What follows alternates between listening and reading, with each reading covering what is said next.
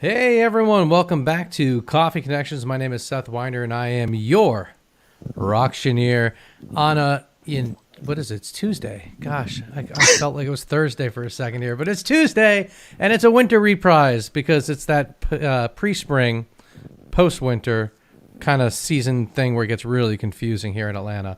But hey, this isn't Weather Connection. This is Coffee Connections, and let me tell you about today's guest. Today we're joined by Deke Cateau. Now, he's with AG Rhodes. Now, they're one of the few nonprofit nursing homes in the state with the mission and philosophy to provide the highest quality of care for all elders, regardless of age, diagnosis, or anything. They've got a long story here in Atlanta, and he's going to share that with us. They provide innovative care and all sorts of programs for their residents and staff that allow everyone in our community to live well. They also, there's so much. So I'm going to let him tell you all about it. But let me tell you a little bit about Deke here. He's been in long-term care for over 20 years.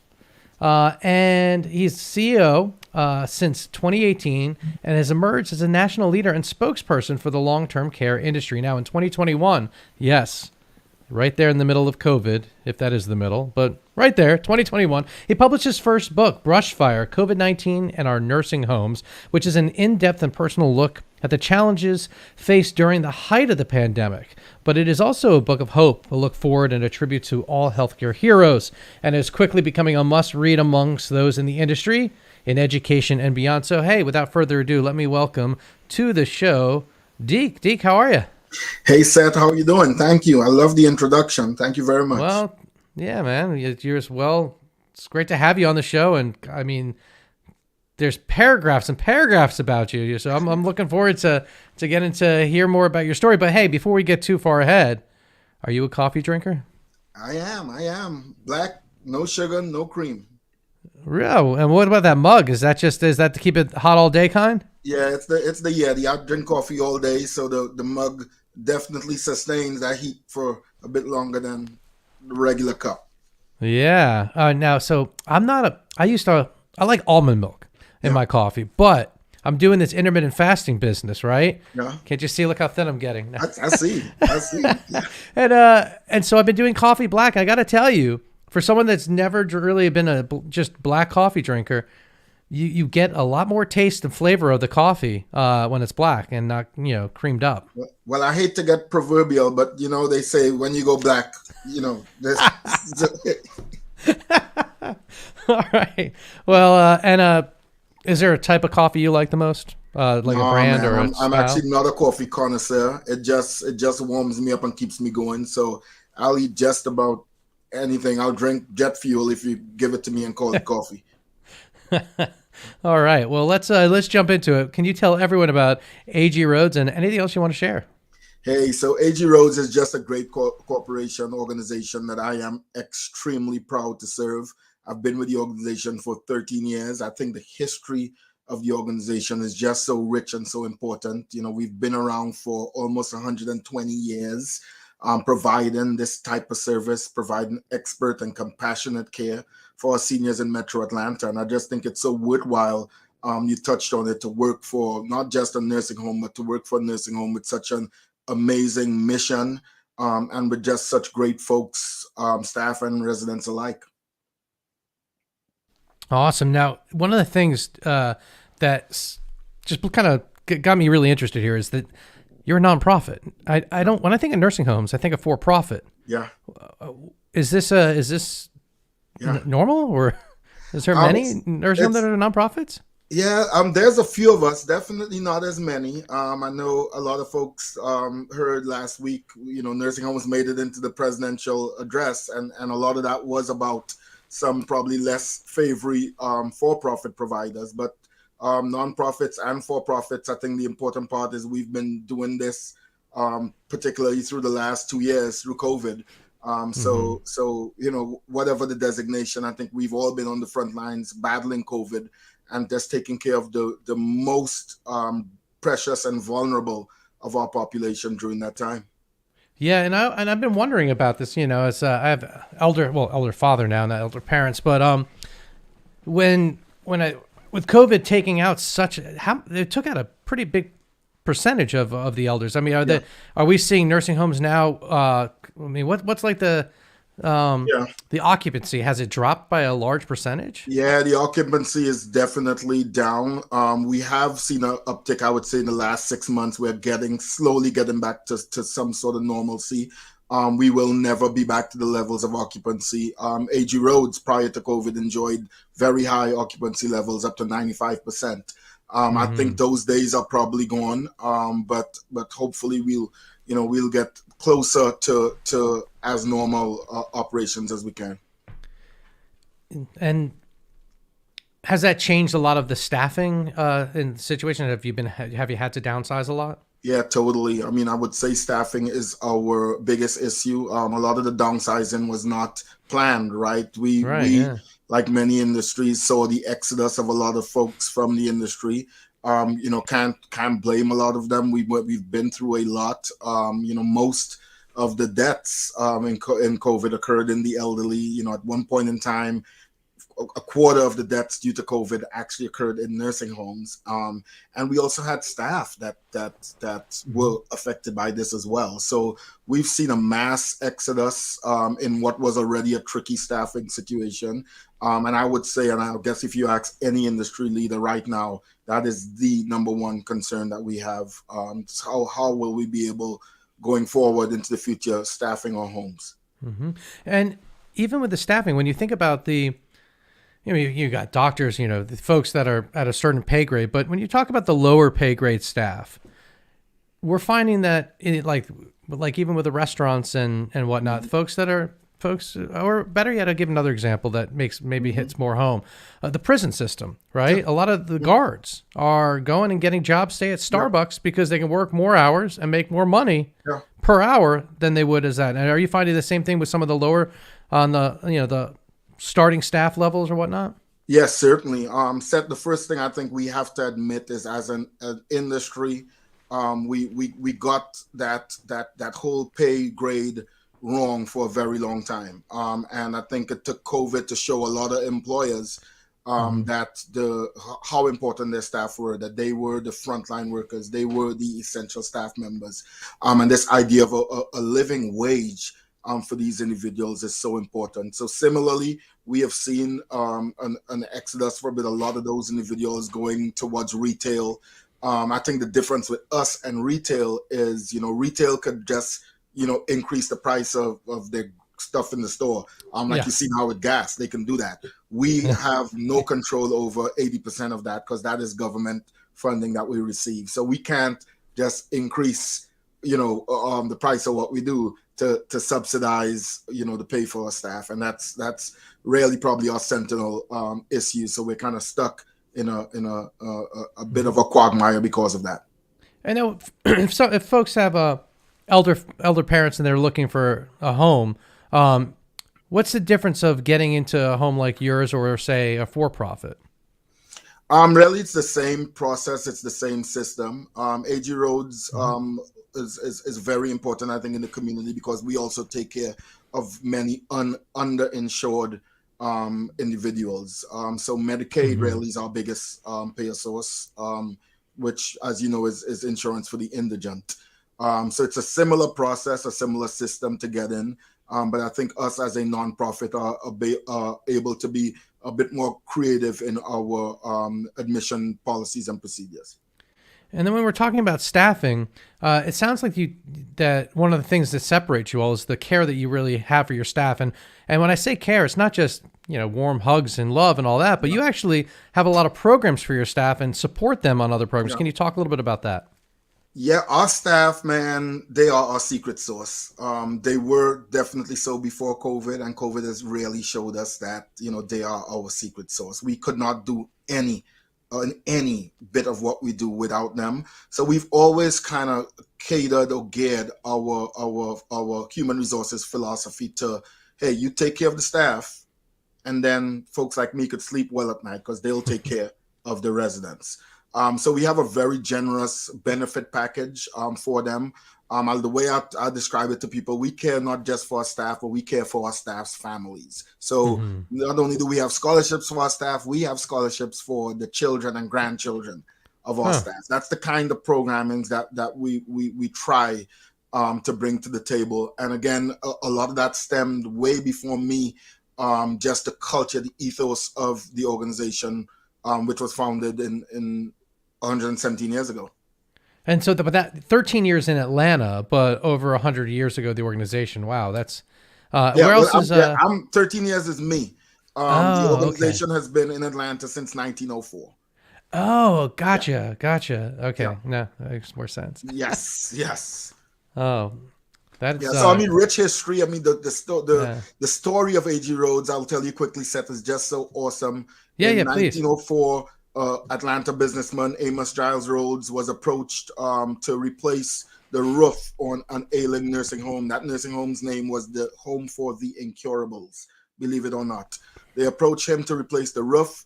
He took one look at the building and said, I would not spend a dime of my money on that roof. But what I will do is I'll buy you a piece of land and I'll build you a brand new nursing home. And that nursing home still exists on the same Oh location my, today, in the Grand Park area of Atlanta. wow. Where in Grant Park? I'm wondering if I must have driven past it before. The corner of Boulevard and Woodwood Avenue, right off of 20, right off of 20s. I haven't been on that side of town in so long, and I ate at a Yeah. restaurant last night that's right over there. Tell me, which one is And it? oh gosh, what was it called? It was a wine something. It's like a wine little wine place right across from right like Grant Park, right across from the park and whatnot. Yeah, I mean, there's so much there now. The area is really built up. Yeah, it is. That's where we started, and I was proud to run that nursing home for 7 years of my career. So, Hmm. it's great, really great story again. And then just it is a beautiful story, but thinking about Atlanta, it's just so interesting too. Like driving down Boulevard though, it's at night. It's you have all these people walking with crutches and all sorts of stuff, like just Yeah, crossing the street and a lot of homeless. But then you cross over to Decatur and it's a whole different world. It's like you don't have to go far to see the differences of our community here. yeah, You absolutely. really don't. A tale of two cities. It really is. It really is. So from a tale to a legacy, you've got this legacy of care campaign, Yeah, but this has happened. This started before COVID, yeah, and COVID really only highlighted the need for this type of care. Can you talk a little bit about that as well? yeah. Well, since about 2015, A.G. Rhodes has been exploring better models of caring for our senior populations. I was fortunate to be part of a team that went to the Netherlands, research models there. We came back to the United States, research models here in North America, and kind of figured out that person-directed care, which is a model of care, is the direction we wanted to go in. And since then, we've been literally working with our staff on that. And then now this Legacy of Care campaign literally is going to, hopefully in the end of May, early June, we'll be building a brand new nursing home which reflects that legacy. A nursing home which involves having private rooms. Everyone will have a private rooms Hmm. regardless of their ability to pay. Everyone would live in a private room accommodation, which, as we saw during COVID, really was the cause of COVID spreading so quickly in our nursing homes, because most nursing home residents in this nation live in semi-private accommodations. Basically, they share a room with one, two, sometimes three individuals. So A.G. Rhodes is proud to be among the first to do this, which again we'll be breaking ground in late May, early June, but importantly so, to do this for such a vulnerable population, and again, regardless of their ability to pay. Hmm. And yeah, that's wonderful. Where's this new location going to be? So it's actually our Cobb campus. It's our Hmm. existing location. However, we have land adjacent to the community, and we are rebuilding the entire campus there on that same location. Okay. Well, we're going to talk about funding here in a second, so I'm curious where the funds are coming Yeah, for that. But yeah, let's well while we're talking though about the actual the current locations, yeah. um, have things picked back up? Are you bringing like I think of my son's 9 plays cello, and sometimes they'll go to nursing Yeah. homes and whatnot. Are you starting this type of programming, bringing the kids and community into to the residents? We are very slowly restarting our programming. We came to an abrupt halt in March of 2020, literally had to stop most of our Yeah. personalized volunteer opportunities, and we're slowly starting to come back. We still have to be careful. We don't think COVID is behind us. We just saw what happened with Omicron, and undoubtedly there will be strains to come. But we still at the same time need to get back to operations. Folks like your son who want to come volunteer, help out at our nursing homes. I think that is just so important. Not just for our residents who appreciate it, right? But it's Mhm. also an opportunity to give as well as to receive. So both the resident and the volunteer appreciates it. Absolutely. And imagine the residents were missing that connection and that piece. I'm curious now, though, as you start up these programs again, are do the residents have a lot of families, or are most of the residents alone? Yeah, we are very fortunate. I would say the vast majority of our residents do have families. We do have some that are alone, and we try our best again through volunteer programs and other programs to surround them with that love. Our staff, even during COVID, Mhm. the phrase I use is they became surrogate families for so Right. many of our residents. Because again, for the most part of the last 2 years, even families were not able to visit our homes. And now, when it comes to innovations, what in your 13 years of working with the organization Yeah. here, what is the most innovative thing you think you've done, or one of the, maybe not the most, Yeah. but what's one of the most innovatives? Yeah, well, not me. I mean, I would say my team Uh huh. has done. We've had several. AG Rhodes, literally, were pioneers of the electronic medical record in Atlanta. This is Huh. years ago before it was required. We went electronic. I would say our programming more recently are probably the most innovative. We have a very vibrant music therapy program and horticulture therapy program, which typically you do not find in nursing homes. We're able to do these programs because we're a nonprofit and we're able to fundraise to pay for them. But the horticulture therapy and music therapy, to me, have been life changers. They have, to me, have been the most effective therapeutic programs that I've seen in over 20 years in this industry. Now, as your auctioneer, I got to ask you more about the music therapy Yeah. program. Oh yeah. Oh yeah. I mean, it's great. So our music therapist John Abel brings through music not just entertainment but therapy to our residents. So he goes room to room. He has group sessions with residents. Mhm. We have a program, a music to memory program where through music. He's able to work with residents with dementia and with other cognitive issues and evoke thoughts and feelings of the past through his music program. Songs for Seniors is the name we title it, but again, it's a music and memory Yeah. program. Oh, I love that. Gosh, that makes so much sense. So, and Yeah. the other thing, music is it's a language of its own. So, I imagine even folks that are struggling to communicate, to be able to connect on a rhythm and whatnot, Oh, has totally. to have such feeling for them. Absolutely. Music, it calms us, it lightens us up, it really touches on every single emotion. And Mm. I'll tell you, I was surprised, similarly, the horticulture therapy program. You'll be Uh-huh. surprised when individuals are there touching that soil, just dealing with nature and plants and animals sometimes, it has a similar effect. Yeah. Yeah. Well, just the one thing about planting is if you put a seed in dirt and add water, you've done some magic. That's right. That's right. That's right. Well, speaking of magic, it takes money to do all this. Yeah. And either you're a magician and you can make money appear out of thin air, or you're getting grants and funding from where and how. So Yeah. can you talk a little bit about how as a nonprofit, you all get your Yeah. funds? So fortunately, as a nonprofit, and here in Atlanta, we have been supported by several local foundations. For this specific project at our Cobb campus, we launched a Legacy of Care capital campaign. The purpose of that campaign was to raise $10 million towards this $34.5 million project. I'm really proud to say we are very close to our target. We had about $6.2 million right now.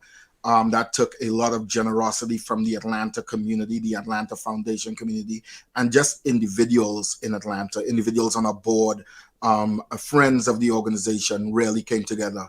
Mm. I'll say something that I saw for the first hand. I heard about it, but I saw firsthand in COVID the Atlanta Foundation community literally dropping everything that was in their pipeline, dropping every priority, and saying, hey, taking care of individuals affected by COVID is our number one priority during COVID. And they did that, and it was just so great to see. And then we started our campaign after that, kind of after the all clear was sounded, and the generosity of that community just continued. So we're happy.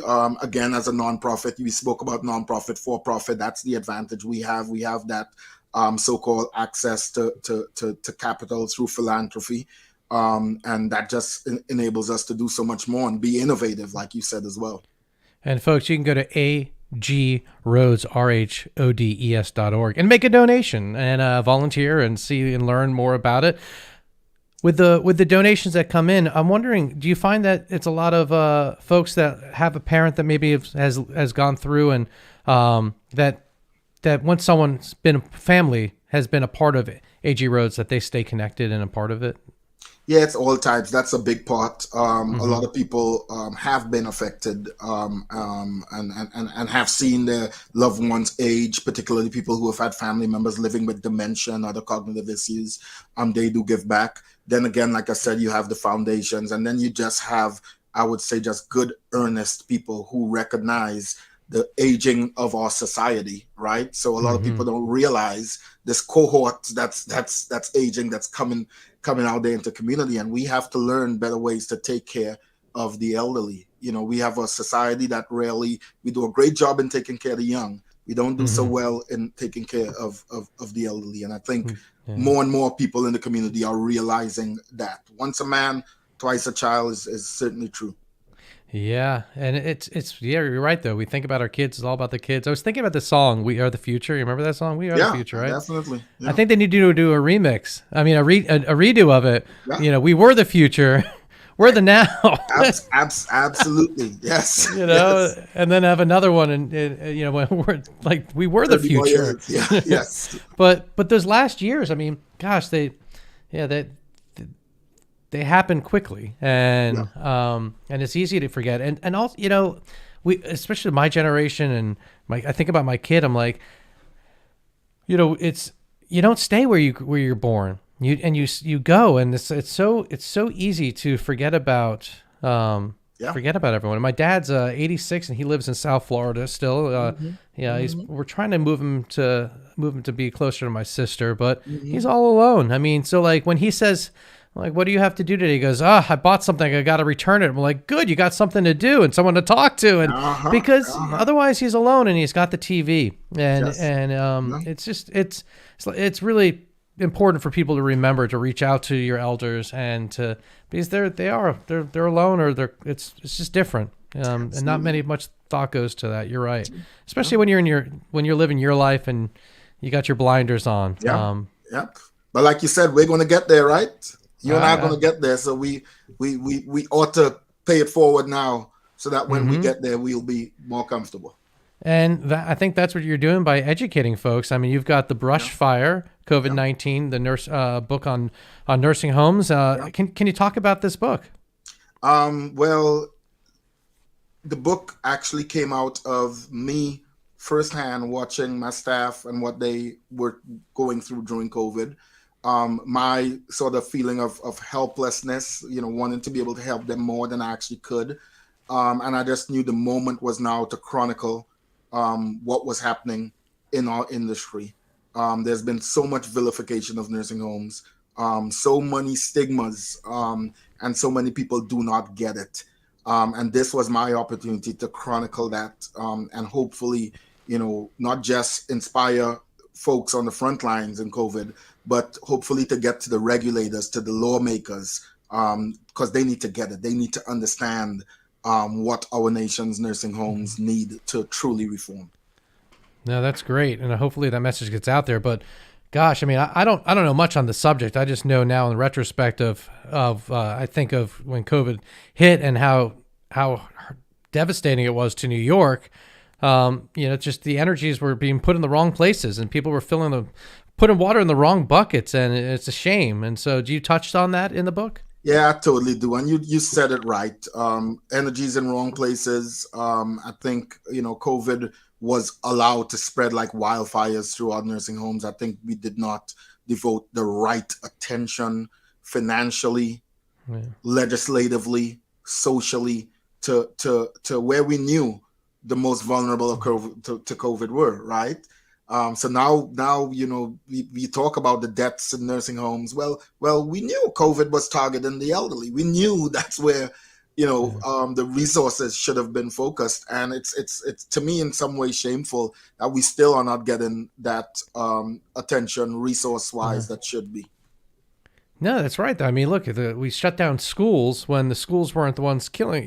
The kids weren't dying. Yes. The kids were okay. Yep. It's like, Yep. So don't get me started, Seth. Don't get me started. It's a half-hour show. Don't worry, That's I won't. right. But then all the bureaucracy that I think of a nursing home. I think a lot of bureaucracy, lots of people got to sign on something before something can be done. And do you find that being a nonprofit, you have more bureaucracy or less, or about the same as a for-profit? It's the same. We are industry that is extremely highly regulated. A few years ago, we were the third. I don't know if we still are third highest regulated industry, and that's behind the nuclear industry and the aeronautic industry, and we were number 3. So abundance of regulations, which to me should be time, attention, and resources devoted to care, right? Yeah. We've gotten carried away with paperwork and regulations, which take resources from us, and those resources should be devoted to caring for our nation's seniors. And then when it comes to like cotton balls, right? You go to the hospital, if you got, God forbid, you got to go to the emergency room, and you look at the itemized bill, like a cotton ball is like $3,000, right? Yes. Is it the same in the nursing home? No, we're not. Well, definitely not in a nonprofit nursing home, because no one's paying that $3,000. So we could probably put that on a bill, but you're not going to collect it. But you're right. The healthcare system, I think, is definitely messed up to some extent, and I think nursing homes, I was telling a friend yesterday, we are like the stepchild of the healthcare system. We're like the forgotten stepchild of the healthcare system. So then what are 1 or 2 ways to be able to reach, unless your parents in a nursing home, you don't think of a nursing home? How do you accomplish getting things moved to be able to support, other than whenever someone gets in a nursing home, be like, okay, now you understand. So we need you to sign here, do this. Yeah. Well, as we age, more and more people are getting closer and closer to aging. So some of that is naturally going to happen. It's just gray. Come on. So some of us are getting closer to aging. And our culture, we just have to work on that. The one lasting piece I take out of the Netherlands when I visited is we went to a little small town nursing home, and there was basically not even a fence to separate the nursing home from the community. And I asked the question, hey, what if an elder, gets away or walks out of here? And the answer I was given is, yeah, that happens, and the neighbor brings them back. So I think we have to, as a society and a community, understand the importance of aging, protect these elders, and have communities that support these elders as well. So I was going to ask you then, who's doing it right? Would you say the Netherlands is doing it right, or who's a good model? I wouldn't even say they're doing it right, but I would definitely say that their views on aging and the elderly are a lot more refined than ours are. I think they get that a lot more than we do. But I think we, again, my book ends with really encouragement, because I think we are improving, and we're starting to understand that as a society. Sadly, it takes events like COVID and crises and emergencies, but I think we are evolving, and we are realizing the importance of what that resource that is the elderly. So I'm saying it again. I said it in the beginning of the program. It's running through my head, but got to reassemble all the musicians that we can. I mean, Michael's gone and whatever, but we are the elderly. We are the aging, we are the world, but we no longer, we are the children. So we get, I mean, and then you see the same, they do the same recording, but they're old, like, and there's missing people because they're no longer with us. Yep. It could be really effective. Yep. That's I'm Just with throwing you. an idea out there. Just don't let me sing in it, but it could be effective. Yeah. Oh man. All right. Well, before I let you go, is there anything we forgot to cover that you wanted to share? No, man, this has been a pleasure of mine. I'm so thankful for this and so thankful for you and what you're doing to put the spotlights on organizations like mine. Thank you very much. I appreciate your time and all that you're doing. And before I let you go, though, I always ask my guests, do you have any nonprofit innovator in Atlanta or in the area that you'd like to recommend to be a guest here on Coffee Connections? Ooh. So I have two. Two? I'll take two. We spoke about volunteers. So we partner with a group called Pebble Tossers. We've done several years, partnered with them on intergenerational volunteer programs. Their CEO, Jen Gwynn, definitely would think she would make a great guest. And the other is a great friend of mine, totally different business, Carol Collard. Carol is the founder and CEO of Caring Works. And they provide alternative housing solutions, take care of a lot of our state's homeless individuals, ensuring they're safe. And I think they'll make two great guests. Now I got to call them and tell them, hey, I just referred you. Yeah. Well, yeah, doing a little email intro would be most appreciated. Yeah.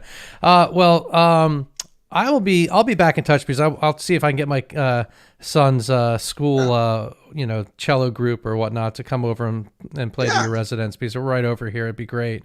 And then we got to work on that sound too. So we got to stay in touch. Yeah, there you go. All right, folks. Thank you so much. Again, I want to direct everyone agrhodes.org. Check out everything there. Make a donation, and we'll see you here Thursday. Thursday we've got Jewels with a Purpose. We're going a little bit off of our guests where we normally talk to nonprofits. This is an organization that will help nonprofits with their fundraising in terms of galas and whatnot. I've had a great opportunity to work with them in the past, and I want to share because I've seen them raise a lot of money through jewelry at auctions. A lot of folks, I don't know what we need something more for our auction.